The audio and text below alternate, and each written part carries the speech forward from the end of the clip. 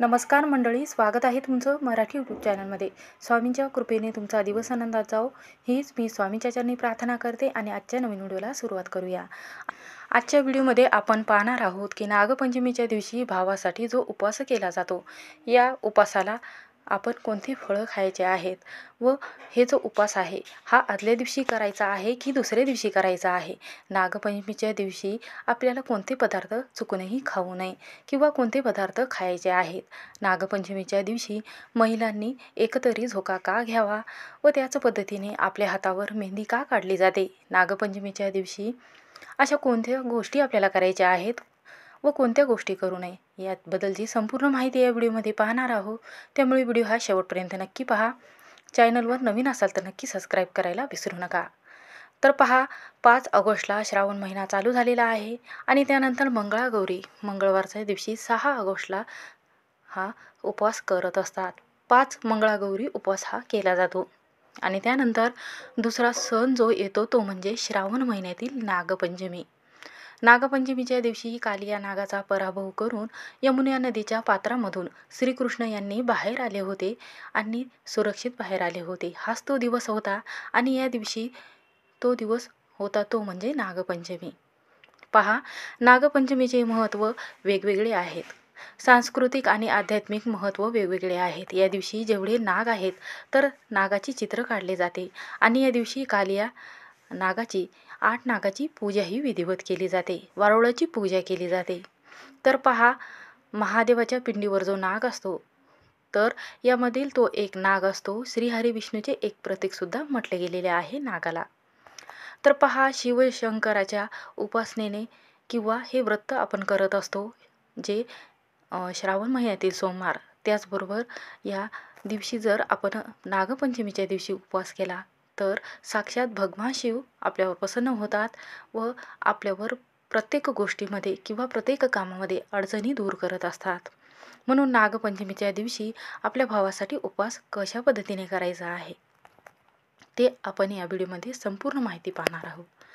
या दिवशी नागाची पूजा केल्याने कालसर्पदोष, शनिदोष, वास्तुदोष, केतुदोष व आपल्या जीवनामध्ये अडथळे आलेले असेल ते कमी होतात.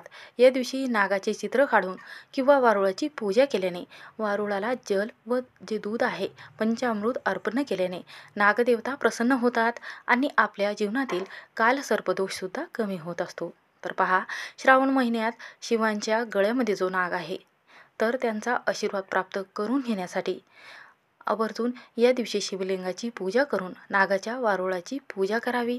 यामुळे शिवशंकर आपल्यावर प्रसन्न होत असतात.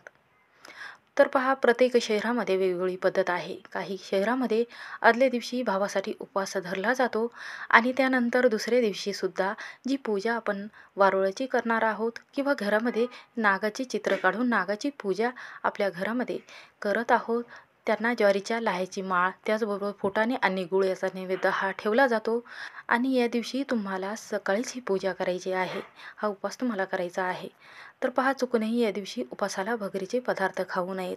साबुदाणा किंवा गोडच पदार्थ शक्यतो खावे, कारण नाग हे शिवांचे प्रतीक म्हटले गेलेले आहेत. शिवांचे आवडते असते म्हणून या दिवशी शक्यतो गोडच पदार्थ, तिखट पदार्थ खाऊ नयेत. पहा, श्रावण महिन्याची एक कथा आहे. सत्येश्वर नावाची देवी होती आणि त्यांचा सत्येश्वर हा भाऊ होता. सत्येश्वराचा जे मृत्यू आहे तो नागपंचमीच्या दिवशी झाला होता. आपल्या भाऊच्या मृत्यूच्या दुःखामध्ये सत्येश्वरीने अन्न ग्रहण केले नव्हते आणि त्यानंतर सत्येश्वरी ज्या देवी आहेत तर त्यांना जो नाग आहे तो आपल्या भाऊच्या स्वरूपात दिसला होता आणि तेव्हापासून आपल्या नागदेवताला आपले भाऊ मानलेले आहे. म्हणून नागपंचमीच्या दिवशी आपल्या भावासाठी आणि नागाचा आशीर्वाद जो आहे तो आपल्याला मिळण्यासाठी हा उपवास केला जातो. आणि असं म्हटलं गेलेलं आहे वास्तुशास्त्रात की नागपंचमीच्या दिवशी जी कोणी स्त्रिया असेल किंवा विवाहिक स्त्रिया पहिल्या वर्षी असेल किंवा दुसऱ्या वर्षी असेल हा उपवास करत असेल तर त्यांच्या जीवनामध्ये जो कालसर्पदोष आहे तो लागत नाही. शनिपीडा, शत्रुपीडा ही सुद्धा लागत नाही. म्हणून हा आवर्जून उपवास हा धरायचा आहे. तर पहा, नवीन दागिने आणि वस्त्र आणि मेहंदी का काढली जाते. तर पहा, या दिवशी नागदेवताने सत्येश्वरीला कपडे, जी साडी आहे किंवा दागिने आहे ती दिले होते. म्हणून या दिवशी नवीन वस्त्र परिधान केले जाते. मेहंदी हातावर काढली जाते. नागपंचमीच्या दिवशी तळण काढू नये व त्याच पद्धतीने चाकूने कोणती वस्तू कापू नये, कारण हा दिवस अत्यंत शुभ मानला जातो. या दिवशी नागपंचमीच्या दिवशी अशा पद्धतीने सेवा आणि उपवास नक्की करावा, याची फळ तुम्हाला प्राप्त होतील. श्री स्वामी समर्थ. व्हिडिओ आवडला असेल तर स्किप न करता शेवटपर्यंत नक्की पहा.